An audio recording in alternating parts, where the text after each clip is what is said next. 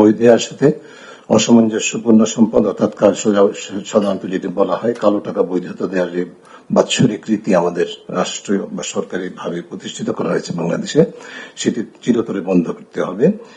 এরপরে রাষ্ট্রীয় এবং আইনি ক্ষমতার অপব্যবহারের এক অন্যতম যে আইনি সক্ষমতার ঘাটতি বাংলাদেশে, সেটা হচ্ছে যে আমাদের দেশে কোনো স্বার্থের দ্বন্দ্ব নিরসন প্রতিকার আইন নাই। আমাদের এই ধরনের একটা আইন প্রণয়ন করতে হবে যার মাধ্যমে ব্যক্তিগত পরিচয় বা সম্পৃক্ততার দ্বারা প্রভাবিত হয়ে যে রাষ্ট্রীয় ক্ষমতার বা সরকারি ক্ষমতার অপব্যবহারের সুযোগ নেওয়া হয় সেটাকে রহিত করা যাবে এবং নিয়ন্ত্রণ করা যাবে। আমি খুব সংক্ষেপে আমাদের যে প্রতিবেদনটি সেখানে 47টি মোট সুপারিশ আছে, সেগুলোর মধ্যে থেকে উল্লেখযোগ্য কয়েকটি বিষয় যেগুলো মোটা দাগে স্ট্র্যাটেজিক বা কৌশলগত, সেগুলোর উপরে আমরা গুরুত্ব দিয়ে কয়েকটি বিষয় উত্থাপন করছি সংক্ষেপে। প্রথম হচ্ছে যে আমরা যে বিষয়টি দেখেছি সেটা হচ্ছে যে দুর্নীতি দমন কমিশনের মতো প্রতিষ্ঠান কোন দেশে একক মতো বাংলাদেশেও এককভাবে দুর্নীতি নিয়ন্ত্রণ করতে পারে না। তার উপরে কেন্দ্রীয় দায়িত্ব দুর্নীতি নিয়ন্ত্রণের, কিন্তু তার জন্য একটা উপযোগী রাষ্ট্রীয় এবং সামাজিক পরিবেশ লাগে। পুরো রাষ্ট্র এবং সমাজকে সম্পৃক্ত করতে হয় দুর্নীতিবিধি অবকাঠামোতে। সেই বিবেচনায় আমরা প্রাথমিকভাবে বেশ কিছু গুরুত্বপূর্ণ প্রস্তাবনা করেছি আমাদের দেশের অভিজ্ঞতা বৈশ্বিক চর্চার উপর নির্ভর করে। তার মধ্যে অন্যতম হচ্ছে যে আমরা আমাদের সংবিধানের 20(2) অনুচ্ছেদ যেটি আছে সেটাকে সংশোধন করতে চাই।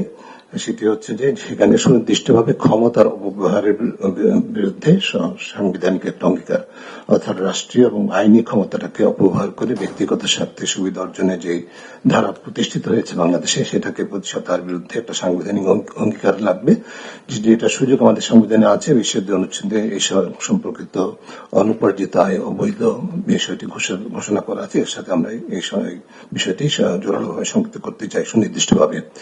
দ্বিতীয় যেটি সেটি হচ্ছে আমাদের বাংলাদেশে কোনো জাতীয় দুর্নীতি বিরোধী কৌশল নাই, কোনো নীতিমালা নাই। আমরা প্রস্তাব করছি, জোরালোভাবে সুপারিশ করছি যে একটি কৌশল প্রণয়ন করতে হবে যার মধ্যে এই যে রাষ্ট্রীয় এবং সামাজিক কাঠামোকে শুধু দুর্নীতি বিরোধী শুধু প্রত্যয় না, সক্ষমতা বৃদ্ধির জন্য যে অঙ্গীকারগুলো দরকার, দায়িত্ব এবং কর্তব্য সেটি নির্ধারণ করা, বিশেষ করে সকল রাষ্ট্রীয় এবং অরাষ্ট্রীয় প্রতিষ্ঠান এবং ক্ষেত্রে সেটির জন্য প্রযোজ্য হবে। এবং এই কৌশলটি প্রতিপালিত হচ্ছে কিনা সেটি পর্যবেক্ষণ মূল্যায়নের জন্য আমরা প্রস্তাব করেছি সংবিধানের 77 অনুচ্ছেদের সাথে সামঞ্জস্যপূর্ণভাবে ন্যায়পাল একটা কার্যালয় প্রতিষ্ঠা করা, যার দায়িত্ব হবে এই কৌশলের বাস্তবায়নের পরিবীক্ষণের বা প্রতিপালনের মূল্যায়ন করা ধারাবাহিকভাবে নিয়মিতভাবে। এরপরে যে বিষয়টি আমরা জোরালোভাবে সুপারিশ করেছি সেটি হচ্ছে যে বই দেওয়ার সাথে অসামঞ্জস্যপূর্ণ সম্পদ অর্থাৎ সাধারণত যেটি বলা হয় কালো টাকা বৈধতা দেওয়ার যে বাৎসরিক রীতি আমাদের রাষ্ট্রীয় বা সরকারি ভাবে প্রতিষ্ঠিত করা হয়েছে বাংলাদেশে, সেটি চিরতরে বন্ধ করতে হবে। এরপরে রাষ্ট্রীয় এবং আইনি ক্ষমতার অপব্যবহারের এক অন্যতম যে আইনি সক্ষমতার ঘাটতি বাংলাদেশে, সেটা হচ্ছে যে আমাদের দেশে কোনো স্বার্থের দ্বন্দ্ব নিরসন প্রতিকার আইন নাই। আমাদের এই ধরনের একটা আইন প্রণয়ন করতে হবে যার মাধ্যমে ব্যক্তিগত পরিচয় বা সম্পৃক্ততার দ্বারা প্রভাবিত হয়ে যে রাষ্ট্রীয় ক্ষমতা বা সরকারি ক্ষমতার অপব্যবহারের সুযোগ নেওয়া হয় সেটাকে রহিত করা যাবে এবং নিয়ন্ত্রণ করা যাবে। এরপরে একটি গুরুত্বপূর্ণ খাত যে বিষয় সেটি যেটি সাম্প্রতিকভাবে বিশেষভাবে আলোচিত হয়েছে, আমরা দীর্ঘদিন পর্যবেক্ষণ করেছি আমাদের দেশে যে বড় ধরনের দুর্নীতি হয়, অর্থ পাচার হয়, লুণ্ঠন হয়। বিশেষ করে অর্থ পাচার, যে আলোচিত অর্থ পাচারের ঘটনাগুলো সেটি যে মাধ্যমে হয়েছে সেটা হচ্ছে যে বেনামী কোম্পানি বা প্রতিষ্ঠানের বেনামী মালিকানা। এই বিষয়টিকে প্রতিহত করার জন্য আমরা বিভিন্ন দেশের চর্চার সাথে সামঞ্জস্য রেখে আমাদের দেশে সকল প্রকার কোম্পানি, ট্রাস্ট এবং ফাউন্ডেশন বা জাতীয় প্রতিষ্ঠানের প্রকৃত মালিকানা, চূড়ান্ত মালিকানা তথ্য প্রকাশযোগ্য এবং একটি রেজিস্টার হবে, সেই রেজিস্টারে পাবলিকলি অ্যাক্সেসেবল হবে, এরকম একটি আইন এবং রেজিস্টার প্রণয়নের আমরা পরামর্শ সুপারিশ দিচ্ছি। আমার পার্শ্ববর্তী কমিশন, নির্বাচন কমিশনের যে প্রস্তাবনা, নির্বাচন সংস্কার কমিশনের প্রস্তাবনার সাথে সামঞ্জস্যপূর্ণ কিছুটা সাংবিধানিক সংস্কার কমিশনের সাথেও, সেটি হচ্ছে আমরা রাজনৈতিক এবং নির্বাচনী অর্থায়নে স্বচ্ছতা এবং জবাবদিহিতা নিশ্চিত করতে চাই এবং সেই লক্ষ্যে নিশ্চিত করা হোক, সেই লক্ষ্যে কতগুলো সুনির্দিষ্ট পরামর্শ আমরা উপস্থাপন করেছি। আমি বিস্তারিত যাচ্ছি না।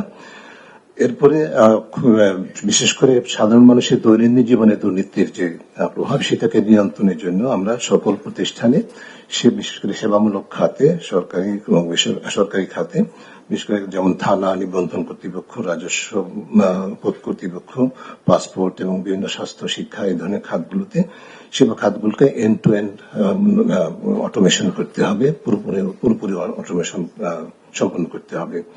কিছু কিছু বিষয় আছে যার মধ্যে আমি বিস্তারিত না গিয়ে আরো কয়েকটি আন্তর্জাতিক উদ্যোগের সাথে আমাদের সম্পৃক্ততার বিষয় বলছি, যেমন common reporting standard, open government partnership এবং বেসরকারি খাতে অবৈধ লেনদেন আইনিভাবে নিষিদ্ধ করার বিষয়টি বা অপরাধ হিসেবে চিহ্নিত করার বিষয়গুলি জাতিসংঘের আন্তর্জাতিক দুর্নীতি বিরোধী কনভেনশনের সাথে আমাদের সদস্য রাষ্ট্র হিসাবে আমাদের বাধ্যবাধকতা আছে সেগুলো। এরপরে খুব সংক্ষেপে দুদকের বিষয়ে সরাসরি যে বিষয়গুলো আমরা বলতে চাই সেটা হচ্ছে দুদককে আমরা সাংবিধানিক স্বীকৃতি দিতে হবে। এটি সাংবিধানিক স্বীকৃতি পায়নি, এটা সংবিধিবদ্ধ প্রতিষ্ঠান হিসেবে আছে, যেটি আমরা মনে করি খুব গুরুত্বপূর্ণ একটি বিষয় বাদ পড়েছে, এটা করতে হবে। একজন নারী সদস্য সহ কমিশনের সদস্য সংখ্যা কমপক্ষে 5 জন, কমপক্ষে একজন নারী সহ মোট সদস্য 5 জন হতে হবে, যার মধ্যে বিভিন্ন সংশ্লিষ্ট পেশার বা প্রতিনিধিত্ব নিশ্চিত করার জন্য আমরা সেখানে আমাদের কমিশন নিয়োগের ক্ষেত্রে বেশ কিছু সুনির্দিষ্ট প্রক্রিয়া এবং পদ্ধতি এবং মানদণ্ড নির্ধারণ করেছি। এর পাশাপাশি কমিশনের যে আমরা একটা স্বাধীন নিরপেক্ষ কমিশন চাই, কিন্তু কোনো স্বাধীনতাই সীমাহীন নয়। এই কমিশনের স্বাধীন চর্চার পাশাপাশি জবাবদিহিতার বিষয়টা আমরা উপেক্ষিত ছিল। শুধুমাত্র রাষ্ট্রপতির কাছে একটা প্রতিবেদন দেওয়া হয়, যেটি যথেষ্ট নয়। আমরা জনগণের কাছে জবাবদিহির জন্য একটা প্রক্রিয়া পরামর্শ দিয়েছি। আমার সময় শেষ, কিন্তু বুঝতে পারছি সেই প্রক্রিয়াটি সম্পর্কে আমরা সুনির্দিষ্ট পরিকল্পনা এবং যেটা স্ট্যান্ডার্ড অপারেটিং প্রসিডিওর সেগুলো নির্ধারণ সাপেক্ষে এটা নিশ্চিত করা হবে, সেই পরামর্শ দিয়েছি। আর একটি বিষয় বলে শেষ করব, দুদকের যে অকার্যকরতার পিছনে অন্যতম যে কারণগুলো ছিল তার মধ্যে হচ্ছে দুদকের অভ্যন্তরে অনিয়ম দুর্নীতি আছে, অনাচার আছে। সেটি প্রতিষ্ঠা হচ্ছে বিভিন্ন কারণে, রাজনৈতিক প্রভাব, আমলাতান্ত্রিক প্রভাবের কারণে বিভিন্নভাবে, এবং পেশাগত বৈষম্য আছে দুদকে। এই বিষয়গুলো নিয়ন্ত্রণ করার জন্য আমরা সুনির্দিষ্ট বেশ কিছু পরিকল্পনা প্রস্তাবনা করেছি, যার মধ্যে অন্যতম হচ্ছে দুদকের যারা বর্তমান কর্মীদের মধ্যে যাদের বিরুদ্ধে দুর্নীতির অভিযোগ আছে, অনাচারের অভিযোগ আছে, তাদেরকে একটা বিশেষ উচ্চ ক্ষমতা সম্পন্ন টাস্ক ফোর্সের মাধ্যমে তাদেরকে অপসারণ করতে হবে, জবাবদিহির আওতায় আনতে হবে বিচারিক প্রক্রিয়ার মাধ্যমে। পাশাপাশি দুদকের আমরা এমন একটা প্রতিষ্ঠান চাই যার মধ্যে যারা কর্মী হিসাবে থাকবেন সকল পর্যায়ে তাদের এক ধরনের সেন্স অফ ওনারশিপ থাকবে, প্রাইড থাকবে যে তারা রাষ্ট্রীয় গুরুত্বপূর্ণ একটা প্রতিষ্ঠানে কাজ করছে। সেই জন্য যেরকম প্রণোদনার দরকার, সেই জন্য আমরা বিভিন্ন সুনির্দিষ্ট প্রস্তাবনা করেছি, ইনক্লুডিং হায়ার স্কেল, মানে বেতন ভাতার যে স্কেলটা সেটা সরকারি স্কেলের তুলনায় কমপক্ষে দ্বিগুণ প্রস্তাবনা করেছি আমরা। কিন্তু পাশাপাশি এটা কিন্তু এই শর্ত সাপেক্ষে যে এই প্রতিষ্ঠানে নৈতিক স্ট্যান্ডার্ড এবং স্বচ্ছতা জবাবদিহিতার ক্ষেত্রটি হবে সর্বোচ্চ মানের, এবং সেটা দুইটার সাথে সমন্বয় করে এরকম একটা প্রতিষ্ঠান আমরা নিশ্চিত গঠিত হবে আমরা চাই, যেটি দৃষ্টান্ত স্থাপন করে মানুষের আস্থাটা ফেরত পাবে। আমি সবশেষে বলবো যে আমাদের সুনির্দিষ্ট যে সুপারিশগুলো আছে সেগুলো বাস্তবায়নের জন্য আমরা আমাদের প্রস্তাবনা যে কমিশনের বিবেচনা অনুযায়ী একটা পথরেখা প্রস্তাব করেছি, যার মধ্যে যে সুপারিশগুলো আছে তার মধ্যে স্বল্প, মধ্যম, দীর্ঘ মেয়াদে বাস্তবায়নযোগ্য আমরা সুপারিশগুলো এবং কোন কর্তৃপক্ষ সেটা বাস্তবায়ন করবে সেটাও চিহ্নিত করেছি। স্বল্প বলতে 6 মাসের মধ্যে, মধ্যম 18 মাস এবং দীর্ঘ মেয়াদ বলতে 48 মাসের মধ্যে আমাদের বিবেচনায় সমস্ত প্রস্তাবনাগুলি বাস্তবায়ন করা সম্ভব।